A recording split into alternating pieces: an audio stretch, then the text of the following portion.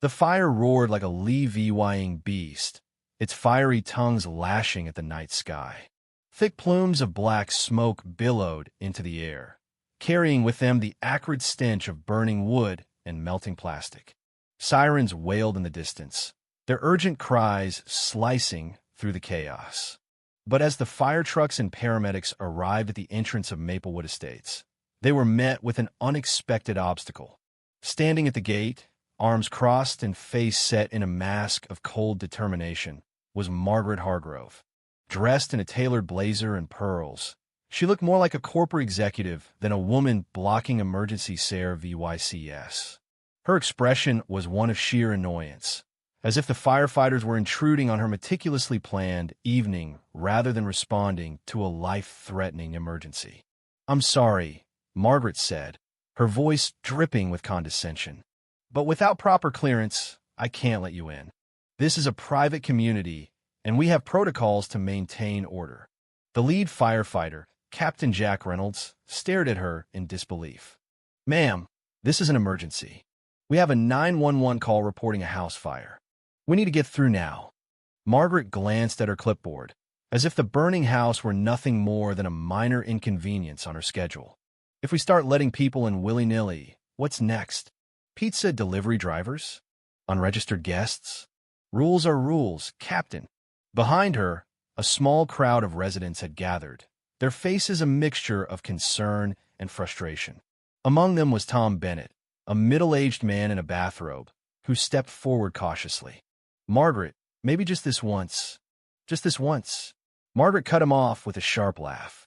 "That's what they said about the holiday decorations in January, and look where that got us. We are a CIVY-Liz community. If these people don't have the right clearance, they don't get in." Captain Reynolds clenched his jaw, his patience wearing thin. "Lady, someone could die." Margaret rolled her eyes. "And someone could be lying. We have to be sure." As if on cue, the wind shifted, carrying a thick plume of black smoke over the gate. The acrid smell of burning wood and chemicals filled the air, undeniable proof that a house was, in fact, on fire. Captain Reynolds turned to his team. "We're breaking through." "Absolutely not," Margaret snapped, stepping in front of the gate. "I will call security. You will wait for approval, or you will be charged with trespassing." One of the younger paramedics muttered something under his breath, but Captain Reynolds was already at his limit. He turned back to Margaret, his eyes blazing with a mixture of anger and disbelief. For a moment, it seemed as though he might physically move her out of the way. Then Margaret's phone rang. She huffed, stepping back just enough to answer it. "Hello," she said, her tone clipped. On the other end of the line, a voice wheezed through the receiver, barely recognizable. "Margaret, it's me. The house. It's on fire. I'm trapped upstairs. Help." Margaret's confident posture faltered. Her face drained of color, and her grip on the phone tightened, as if she were holding onto reality itself. "What?" she whispered. "The fire.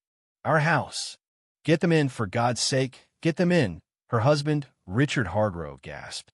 His voice was growing weaker, the sound of crackling flames in the background sending a jolt of terror through Margaret's spine. She turned back to the firefighters, her eyes wide with dawning horror. It's my house," she stammered. Captain Reynolds didn't even blink. "Move," he said, his voice low and commanding. Without another word, Margaret stumbled aside as the team rushed past her, slamming the emergency override on the gate. The moment it buzzed open, they surged forward, engines roaring and sirens blaring, disappearing into the smoke-filled street. Margaret stood frozen, her mind unable to process the sheer irony of what had just happened. She had blocked the very people who could save her own home, her own husband. The crowd around her started murmuring, some looking at her with pity, others with well-deserved frustration. A woman shook her head. "Unbelievable." Margaret snapped out of her shock, suddenly running after the firefighters, her expensive heels clacking against the pavement. "Hurry! You have to save him. You have to." By the time she reached her street, it was chaos. Flames climbed her house, devouring everything in their path. The windows had shattered, sending bursts of heat across the lawn. Neighbors stood outside, some watching in horror, others with grim expressions that suggested karma had just performed a well-executed pirouette. Margaret's perfect world was collapsing before her eyes. The pristine white fence, the imported garden statues, the grand oak door she had custom-ordered a riddle of it was now glowing embers, reduced to nothing in the relentless heat. One of the firefighters burst out of the house, carrying Richard over his shoulder. His face was blackened with soot, his body limp. Margaret let out a strangled cry, rushing forward as they placed him on a stretcher. "Richard! Richard! Are you okay?" she cried. He coughed, his eyes barely open. "Took you long enough," he rasped. The words hit her harder than she expected. For the first time, Margaret truly realized what she had done. Her obsession with control, her blind adherence to rules, had nearly cost her husband's life. Their spoiled Persian cat, Mr. Whiskers, was cradled in another firefighter's arms, looking equally traumatized. The cat let out a low, irritated meow, as if personally blaming Margaret for the night's catastrophe. Margaret stood there, helpless, as they wheeled Richard into the ambulance. The community members watched in silence, some whispering, others shaking their heads. One of them, Mr. Patel, the man she had once fined for having a garden gnome too whimsical for the neighborhood aesthetic, took a long sip from his thermos before saying, "Well, guess the rules don't always work in your favor." No one laughed, but the point landed hard. Margaret swallowed, her throat dry, her pride nowhere to be found. As the ambulance doors shut and the firefighters continued battling the blaze, Margaret realized the terrible truth. She had spent years ruling over this community, belying herself above them. But tonight, she was just another helpless woman who had made the biggest mistake of her life. And this mistake had cost her everything. Margaret's hands trembled as she stood near the ambulance, watching Richard struggle to breathe through an oxygen mask. The paramedics moved swiftly, checking his vitals, asking him questions, ensuring he was stable. But all Margaret could hear was the ringing in her ears, the sound of flames consuming everything she had spent years perfecting. The house, the expensive furniture, the carefully curated decor that had taken months to select all of it was gone in an instant. Yet none of that mattered compared to the man lying in the ambulance, barely conscious, all because of her own stubbornness. She turned toward the smoldering wreckage that had once been her home. The firefighters were still battling the remaining flames, but the structure itself was unsalvageable. Her perfectly trimmed hedges, the grand stone pathway leading up to the front door, even the ridiculous but expensive fountain she had insisted on installing in the front yard, everything was either charred or buried under debris. It was like staring at the ruins of a life she had controlled so obsessively, only to realize she had never really been in control at all. The crowd of neighbors hadn't dispersed. They lingered on the sidewalks, some murmuring to each other, others simply watching her with a mixture of pity and quiet satisfaction. She recognized their faces, people she had fined, scolded, and ruled over with an iron fist for years. Mrs. Clark, whose teenage son Margaret had tried to get expelled from the community pool for playing music too loudly. The Andersons, whom she had once threatened with legal action over a mailbox that didn't match the HOA-approved color scheme. And of course, Mr. Patel, the man with the infamous garden gnome. He was still holding his thermos, watching her with an expression that wasn't quite smug, but wasn't exactly sympathetic either. Margaret swallowed hard, turning toward the security gate she had so fiercely defended earlier. It stood there, a silent monument to her own foolishness. The fire trucks had gotten through, but only because they had forcibly overridden the system. She had built so many barriers, literal and figurative, keep things exactly as she wanted. And tonight, those barriers had nearly cost her the only person who truly mattered. Her phone buzzed in her pocket. She pulled it out with shaking hands and saw a flood of notifications. Her name was already circulating online. Someone had recorded the argument at the gate, and the video had spread like wildfire, with titles that made her stomach turn. HOA tyrant blocks paramedics. Instant karma. Margaret refuses to open gate, doesn't realize it's her own house burning. The comment sections were ruthless. People were laughing at her. Some were furious, others were just in disbelief. The weight of it all hit her at once: the loss, the humiliation, the sheer stupidity of her actions. Her knees felt weak, and for the first time in years, Margaret Hargrove, the unstoppable force of Maplewood Estates, felt powerless. A hand landed on her shoulder. She turned to see Captain Reynolds, his face covered in soot and sweat, his expression unreadable. "Your husband's stable for now," he said, "but you should be thankful the paramedics got here when they did." Another 5 minutes, and it would have been a different story. Margaret opened her mouth, but no words came out. What could she possibly say? Sorry? Thank you? Neither felt strong enough to undo what had happened. Captain Reynolds sighed, glancing at the wreckage behind them. "We've seen a lot of things in this job, but tonight, that's a first." He shook his head, then turned back to his team. Margaret watched him walk away, her face burning not from the heat of the fire, but from the shame curling in her chest. She wanted to disappear, to wake up from this nightmare and go back to a time when she was in control. But there was no going back, only forward. She took a deep breath and approached the ambulance, where Richard was still lying with the oxygen mask over his face. His eyes flickered open when she stepped closer. For a brief moment, she thought he might say something to reassure her that things would be okay. But when he finally spoke, his voice was hoarse and barely audible. "You almost got me killed." The words cut deeper than anything she had read online, deeper than the looks of judgment from her neighbors. Richard wasn't yelling. He wasn't accusing. He was just tired, and that made it so much worse. "I didn't know," she whispered, reaching for his hand. He didn't pull away, but he didn't hold on either. "You didn't listen," he corrected. "That's the problem." Margaret blinked rapidly, her throat tightening. She wanted to defend herself, to say it wasn't her fault, that she was just following rules, that she had been trying to do the right thing. But deep down, she knew that was a lie. She had ignored the urgency. She had refused to listen, just like she always did. The paramedics started preparing to transport Richard to the hospital, gently nudging Margaret aside. She stepped back, watching as they loaded him into the ambulance. Mr. Whiskers, wrapped in a towel, was placed on the seat beside him, still glaring at the world like he had personally been betrayed by the night's events. The door shut, and just like that, the ambulance drove off, Leah VYing Margaret standing alone in the middle of the street, surrounded by people who had spent years suffering under her rule. She turned back toward the crowd. The murmuring had died down, but the air was thick with unspoken words. She wasn't just the woman who lost her house tonight. She was the woman who had prioritized authority over human lives. Mr. Patel took a step forward, taking another long sip from his thermos.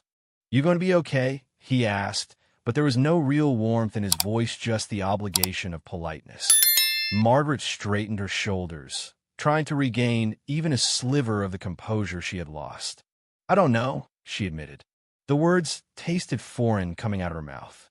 For once, she didn't have all the answers. A long silence stretched between her and the rest of the community. Some people started Leah VYing. Others lingered, waiting for her to say something, maybe an apology, maybe an acknowledgement of what had happened. But she had no idea what they wanted from her. She had no idea what she wanted from herself. She turned back to the remains of her house, watching as the last flames were extinguished. She had spent years making sure Maplewood Estates was perfect, and now she was the biggest stain on its reputation. For the first time in her life, Margaret realized that she wasn't the one in control, and she had no idea what to do next. Margaret sat on the edge of a hospital chair, her perfectly manicured nails digging into her palms. The sterile scent of disinfectant filled the air, a sharp contrast to the thick smoke she had inhaled just hours earlier. Richard lay in a hospital bed, his face pale, his arm wrapped in a bandage, his chest rising and falling with slow, measured breaths. He wasn't hooked up to any machines, which was a small mercy, but the exhaustion in his eyes told her that this wasn't just about the fire. It was about everything that had led to it. She had spent the past hour rehearsing what to say. A simple apology didn't feel like enough, but she had never been good at admitting she was wrong. Even now, as guilt sat heavy on her shoulders, she found herself wanting to justify, to explain, to somehow make it seem like she hadn't completely failed. But the truth was undeniable. She had let her own rules, her own arrogance, endanger the person she was supposed to protect the most. Richard shifted slightly, groaning as he adjusted himself against the pillow. He opened his eyes, looking at her with an unreadable expression. Margaret forced a weak smile, but he didn't return it. "They said you'll be okay," she said, her voice quieter than usual.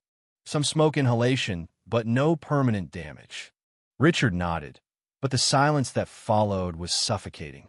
Margaret swallowed hard, waiting for him to say some thing that would make her feel like there was still a way to fix this. But he just stared at the ceiling, his fingers absent-mindedly rubbing at the scratch marks Mr. Whiskers had left on his arm during the rescue. After what felt like an eternity, he finally spoke. "I don't think you realize how close I was to not making it." Margaret flinched at the bluntness of his words. "I do," she said quickly. "I do, Richard. And I—" "No." He cut her off, finally looking at her. His eyes weren't angry. They were tired. "I don't think you do. Because if you did, you wouldn't have to think so hard about what to say to me right now." Margaret opened her mouth, then closed it again. For the first time, she had nothing to counter with, no defense, no excuse, no way to deflect the weight of her own actions. Richard saw right through her. He exhaled slowly, shaking his head. "I was calling you over and over. I could barely breathe. I could barely see. And all I could think about was how stupid it was that I was about to die in my own house because my wife wouldn't let the damn fire trucks in." Margaret winced. Hearing it phrased like that made it all so much worse. "I didn't know it was you," she whispered, but the words fell hollow even as she said them. "That's not the point, Margaret." Richard's voice was calm but firm. "It shouldn't have mattered whose house it was. You should have let them in the second they said there was an emergency." Margaret's nails pressed harder in her palms, vying little crescent-shaped marks on her skin. "I thought I was doing the right thing," she admitted, her voice barely above a whisper. Richard let out a short, humorless laugh. "That's the problem. You always think you're right. Always. It's never about what's actually right, just what you think should be right. Rules over common sense. Authority over reason. Control over everything." He turned his head away, and this time it almost killed me. Tears burned at the back of Margaret's eyes, but she refused to let them fall. She had never been someone who cried, especially not when people were watching. But Richard wasn't just anyone, and tonight had broken something inside of her that she didn't know how to fix. "I don't know how to change," she said finally. It was the most honest thing she had ever admitted. Richard was silent for a long moment. When he spoke, his voice was quieter but no less firm. "Then maybe you should figure that out. Because I can't keep vying like this." Margaret's heart clenched. She knew what he meant. She wanted to argue, to tell him that they had been married for too long to just throw everything away. But she also knew Richard didn't make empty threats. If he was saying this, he meant it. Before she could say anything else, a knock at the door interrupted them. A nurse poked her head in, smiling politely. "Mr. Hargrove, we need to take you for a few more tests." Richard nodded, not looking at Margaret, as the nurse wheeled his bed toward the hallway. Margaret stayed behind, sitting motionless in the empty hospital room, staring at the blank wall. By the time she left the hospital, the sun was beginning to rise.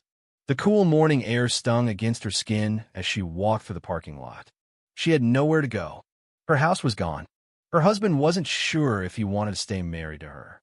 The one thing she had always clung to, her power over Maplewood Estates, was slipping through her fingers. She had barely taken a few steps before she noticed the group of neighbors standing near their cars. They weren't whispering anymore. They were looking directly at. Margaret squared her shoulders, ready for whatever lecture, whatever insults, whatever judgment they were about to throw her way. But instead, Mr. Patel took a step forward and said, "So what happens now?" It was a simple question, but Margaret had no answer. For the first time in years, she didn't have a plan. She didn't have an excuse. She didn't even know who she was without the title of HOA president hanging over her head. She opened her mouth, then closed it. The words wouldn't come. The neighbors exchanged glances, their expressions a mix of curiosity and lingering resentment. Mrs. Clark, the woman whose son Margaret had once tried to ban from the community pool, stepped forward. You know, Margaret, this could be a chance for you to change, to be better. Margaret blinked, caught off guard by the lack of venom in Mrs. Clark's voice. She had expected anger, perhaps even gloating, but not not what almost sounded like pity. I don't know how, Margaret admitted, her voice barely above a whisper. I don't even know where to start. Mr. Patel took another sip from his thermos, his expression unreadable. Maybe start by listening. For once. The words stung, but they also carried a strange kind of truth. Margaret had spent so many years dictating, enforcing, and controlling that she had forgotten what it meant to truly listen to her neighbors, to her husband, even to herself. A week later, the Homeowners Association held an emergency vote. It wasn't even a close call. Margaret was officially removed as president. The position she had once ruled with absolute authority handed over to Tom Bennett, the man in the bathrobe who had tried to reason with her that fateful night. For the first time, the residents of Maplewood Estates felt a weight lift off their shoulders. Margaret moved into a small rental on the other side of town, a place with no HOA, no gates, no rules she could enforce. It was quiet, it was simple, and it was lonely. She spent the first few days in a haze, scrolling through social media, watching as the video of her refusing entry to the paramedics continued to spread. She saw the memes, the comments, the debates over whether she was the worst person alive or just another out-of-touch HOA dictator. But what hit the hardest were the people who had once feared her now openly mocking her. She thought about reaching out to Richard, but what would she even say? Sorry wasn't enough. Not anymore. 3 months later, Margaret saw a flyer for a neighborhood committee meeting in her new area. They were looking for volunteers to help organize events, handle disputes, and make sure everything ran smoothly, the kind of role she would have jumped at without hesitation in the past. She stared at the flyer for a long time. Then, for the first time in her life, she walked past it without picking it up. That night, she sat alone in her small living room, the silence pressing in on her. She thought about Richard, about the life they had built together, and how she had nearly destroyed it all. She thought about the neighbors she had alienated, the rules she had enforced with an iron fist, and the control she had clung to so desperately. And then, for the first time, she thought about what it would mean to let go. Margaret didn't know what possessed her to do it, but one morning, she found herself standing outside Richard's new apartment. She had called ahead, unsure if he would even agree to see her, but he had reluctantly said yes.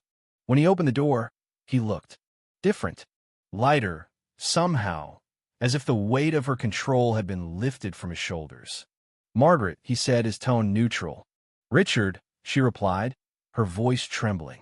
Can I come in? He hesitated, then stepped aside. They sat in his small, living room, the air thick with unspoken words. Finally, Margaret broke the silence. I'm sorry, she said, her voice breaking. I'm so sorry for everything. For the fire, for the rules, for not listening. I was so obsessed with control that I didn't see what really mattered. I didn't see you. Richard looked at her, his expression unreadable. It's not just about the fire, Margaret. It's about everything that led up to it. The way you treated people, the way you treated me. I couldn't keep living like that. I know, she whispered, and I don't expect you to forgive me. I needed you to know that I see it now. I see what I did, and I want to change. I just don't know how. Richard sighed, running a hand through his hair. Maybe start by being honest with yourself. And with others. You can't control everything, Margaret. Sometimes you just have to let go. Margaret left Richard's apartment that day with a strange sense of clarity. She didn't know what the future held for her marriage, for her life, for the relationships she had damaged, but for the first time, she was willing to face it without the armor of control. She started small. She reached out to Mrs. Clark, apologizing for the way she had treated her son. She called Mr. Patel, thanking him for his honesty that night at the gate. And slowly, tentatively, she began to rebuild the bridges she had burned. It wasn't easy. There were setbacks, moments when old habits threatened to resurface. But Margaret was determined.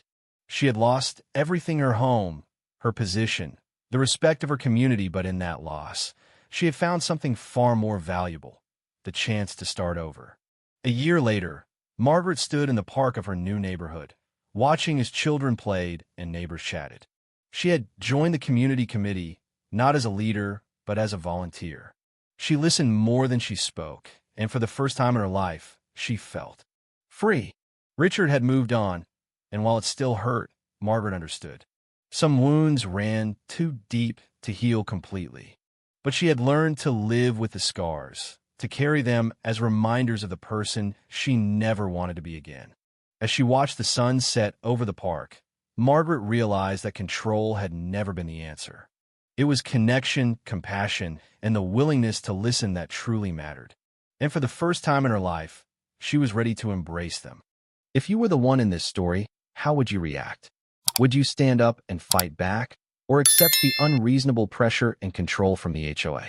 Share your thoughts in the comments below. And don't forget to subscribe, like, and share this video with more people.